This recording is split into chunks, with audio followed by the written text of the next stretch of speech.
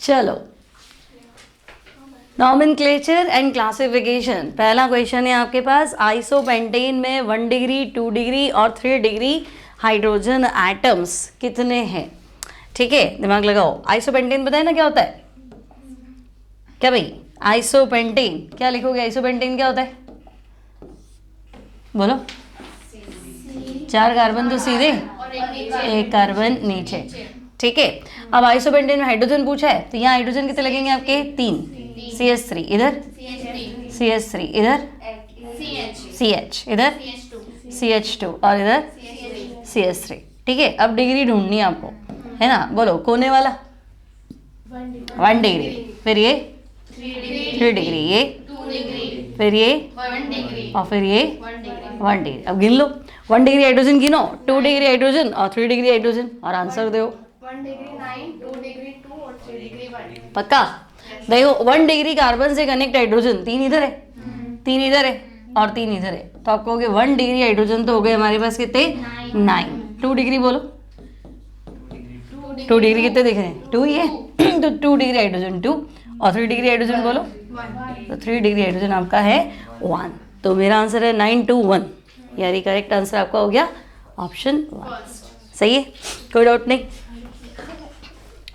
Next देखो, minimum number of carbon atoms in 3 branched alkane, है ना?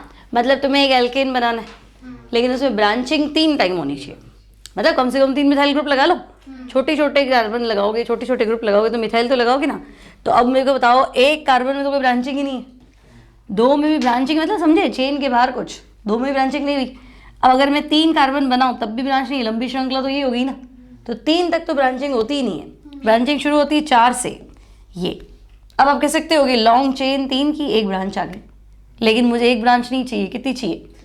3 ब्रांचेस चाहिए। तो मैं कहूँगी अब ये तो बैठा नहीं। अब अगर मैं इधर एक कार्बन बढ़ा दूँ तो अभी क्या हुआ? ब्रांच तो एक ही है, मुझे तो ब्रांच 3 चाहिए ना। तो मैं कहूँ ऐसा करते हुए एक कार्बन इधर लिख देती हूँ, तो ब्रांच कितनी हुई? 2। आपको कितनी चाहिए? 3। तो अब मैं एक कार्बन और बढ़ाऊँ तो ये ब्रांच तो आई नहीं, है ना? तो फिर एक कार्बन और बढ़ाऊँ, ये। तो मैं कहूँगी भाई हाँ, अगर ऐसा कोई डिज़ाइन बनाती हूँ तो लॉन्ग चेन मेरी आ गई कितने? 3 और 2 5 की, और ब्रांचिंग कितनी आई? 3 की, है ना? भैया बोलोगे ना, methyl methyl methyl, tri methyl, है ना? 2 3 4 ट्राई मिथाइल, और कितने कार्बन है? 1 2 3 4 5 पेंटे।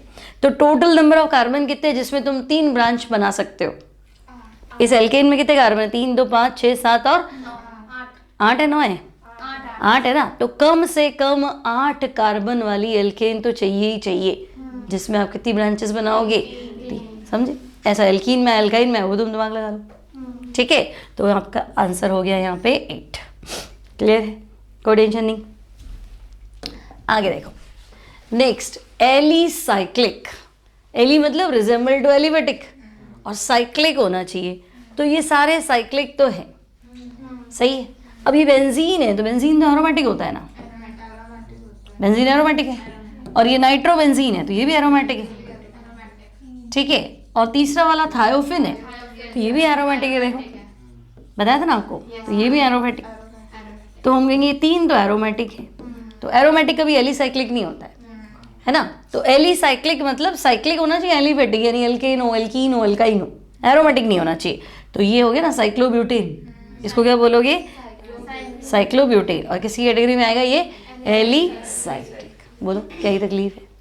समझ में आ गया? और वैसे भी तुम दिमाग लगा भाई ये 2 तो आंसर है नहीं, क्योंकि ये आंसर होता तो यही होता, ये 2 तो हो नहीं सकते। और ये भी एरोमेटिक था, है ना? तो ये 3 आंसर हुए नहीं, डिफरेंट चीज़ आपको ये मिली। आई बात समझ में? इसलिए थोड़ा सा दिमाग लगाते ना तो ये आंसर बन जाता। नेक्स्ट देखो, इथाइन का होमोलोगस। होमोलोगस मतलब उसी की फैमिली। तो इथाइन का नेक्स्ट मेंबर ढूंढना है। देखो इथाइन है C2H2, यानी CnH2n -2। अब फैमिली का नेक्स्ट मेंबर ढूंढ लो, तो C3 हो जाएगा, H कितना हो जाएगा? 4, डबल से 2 कम। और नेक्स्ट ढूंढना होता तो C4H6। ऐसा कोई आंसर ढूंढ लो। ये तो हो नहीं सकता, ये हो नहीं सकता, ये भी है नहीं, तो C3H4।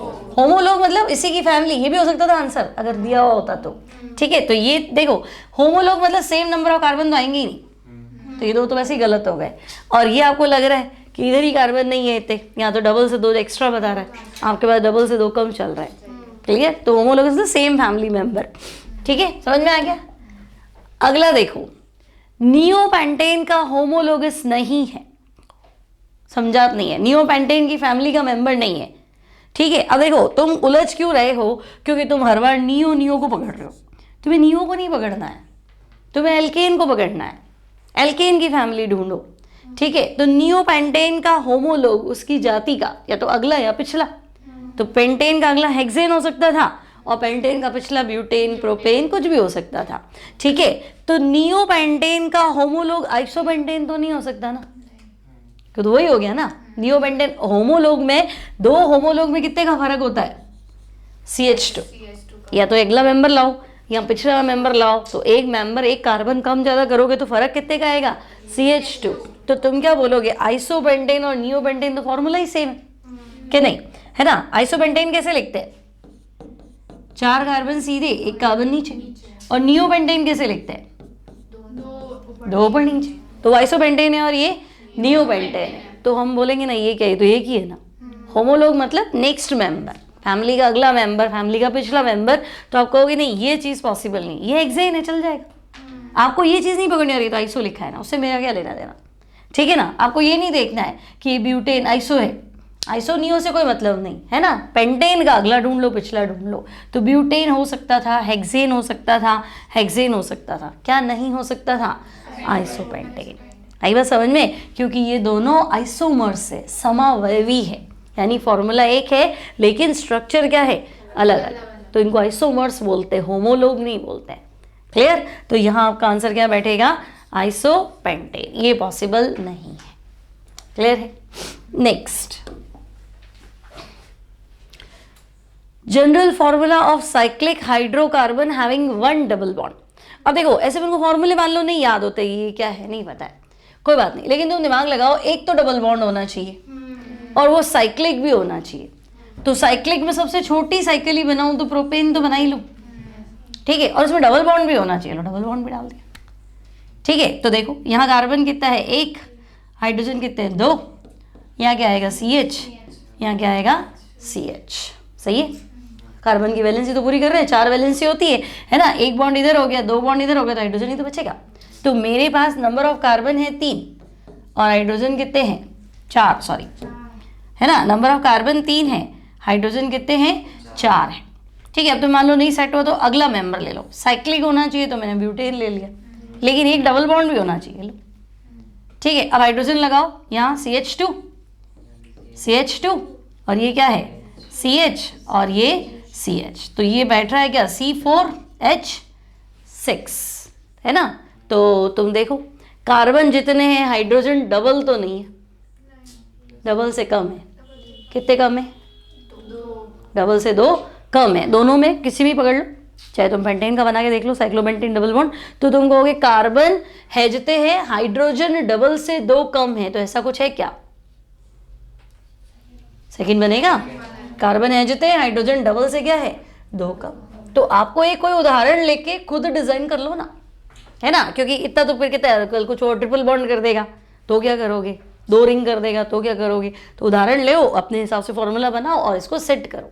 क्लियर? ये पैटर्न है इसको करने का। तो आपको हो गया आंसर सेकंड करेक्ट है। क्लियर है? यहाँ तक कोई डाउट नहीं है? ठीक है, नेक्स्ट देखो, प्रोपिलीडाइन, है ना। इसको तुम्हें थोड़ा इंग्लिश में पढ़ना था। प्रोपिलीडाइन, इसको ध्यान से सुनो। क्या ये आइन सुनाई दे रहा है क्या? है ना, तो आइन मतलब ट्रिपल बॉन्डेड है। ठीक है, तो डबल वाले तो उड़ा दो, ये तो गया। ठीक है, अब प्रोपिलीडाइन, है ना। अब देखो इसमें ट्रिपल बॉन्डेड वाले कार्बन की वैलेंसी क्या होनी चाहिए? फ्री, मतलब ये वाला है प्रोपिलीडाइन या प्रोपाइलीडाइन, ट्रिपल बॉन्ड होना चाहिए। इसको क्या बोलोगे? प्रोपिलीडाइन। आई बात समझ में? ये आपको याद रखना है। ये वाला प्रोपार्जिल है, इसको क्या पढ़ेंगे? प्रोपार्जिल। ठीक है, ये आपका प्रोपिलीडाइन।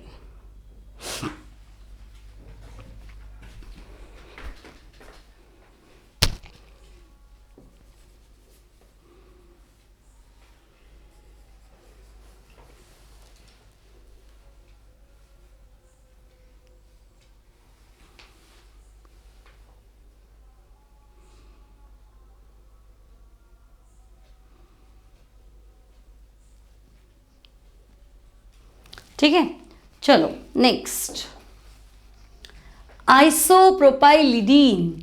अब देखो ईडीन, ये 12th में आएगा आपके। ईडीन कब आता है ना, ये याद रखना। ईडीन मतलब एक कार्बन की 2 वैलेंसी फ्री, ठीक है। तो क्या बोलेंगे, ईडीन। अब मान लो मैं तुम्हें कहूँ कि मुझे इथाइलिडीन लिखना है, तो तुम कहोगे इथाइल मतलब तो 2 कार्बन और ईडीन मतलब 2 वैलेंसी फ्री। मान लो मैं तुम्हें कहूँ मुझे नॉर्मल प्रोपाइलिडीन लिखना है, तो नॉर्मल प्रोपाइलिडीन मतलब इसकी 2 वैलेंसी फ्री कर दो, ऐसा कुछ। लेकिन इसने तो बोला है आइसोप्रोपाइलिडीन, तो क्या करोगे, ढूंढो कौन सा, फर्स्ट बोलो, फर्स्ट हुआ ना, 2 वैलेंसी, इसने डबल बॉन्ड लगाया। आपको ऐसे ध्यान रखना ये ऐसा होना चाहिए, है ना। आइसोप्रोपाइलिडीन वो नॉर्मल है तो ये आइसो हो गया ना, ठीक है। इसको ईडाइन बोलते हैं, आइसोप्रोपाइलिडाइन, आइन आना चाहिए, ट्रिपल बॉन्डेड वाला हो, 3 वैलेंसी खाली हो तो, ठीक है ना। और इसको ईडीन बोलते हैं। चलो अब आइसोपेंटेन में से अगर आपने एक हाइड्रोजन एटम हटा दिया तो कितने रेडिकल बनेंगे। अब ये भी तुमने नहीं पढ़ा हुआ था, लेकिन आपको इतना कुछ सोचना ही नहीं है। देखो आइसोपेंटेन लिख लेते हैं हम सबसे पहले। मान लो मैं तुम्हें कहूँ आइसोपेंटेन लिखो, तो तुम कहोगे आइसोपेंटेन 4 कार्बन सीधे हैं, है ना, और 1 कार्बन नीचे है, ये आइसोपेंटेन है, ठीक है। अब ये कह रहा है हाइड्रोजन हटा दो, एक हाइड्रोजन हटाओ और उसकी जगह आप कुछ भी है ना वैलेंसी खाली करो। तो मैंने एक हाइड्रोजन हटा दिया, मान लो मैंने यहाँ क्लोरीन लगा दिया, खाली करो तो कुछ तो लगाओगे ना, मैंने क्लोरीन लगा दिया, ठीक है। तो ये कंपाउंड है, इसका नाम क्या है, देखो तो 1 2 3 4, क्या है ये, 2 मिथाइल है, 2 मिथाइल 1 क्लोरोब्यूटेन, सही है ना। और 1 क्लोरो आगे लिखना ज़्यादा सही रहेगा, 1 क्लोरो 2 मिथाइल ब्यूटेन, सही।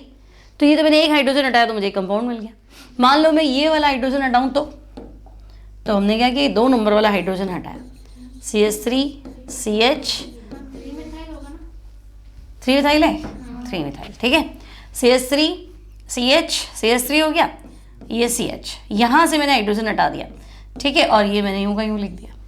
तो चाहो तो ऐसे ही रख लो, लेकिन इसमें तुम्हें थोड़ा जोर आएगा कि मैं इसको क्या मानूं, इसलिए मैं Cl लगा रही हूँ ताकि तुम नंबरिंग और नेमिंग तो इजीली कर सकते हो।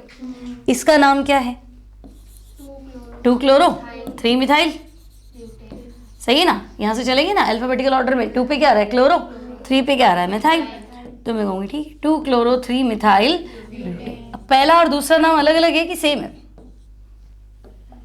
अलग अलग है। ये 3 मिथाइल था, ये आपका 3 मिथाइल है, लेकिन वो 1 क्लोरो है, लेकिन ये 2 क्लोरो है, तो ये अलग है। मतलब मैं यहाँ से हाइड्रोजन हटा सकती हूँ, मुझे एक कंपाउंड मिल सकता है, मैं ये वाला हाइड्रोजन हटा सकती हूँ, मुझे यहाँ पे भी कंपाउंड मिलता है। अब मैं इसकी बात कर रही हूँ, तीसरा नंबर।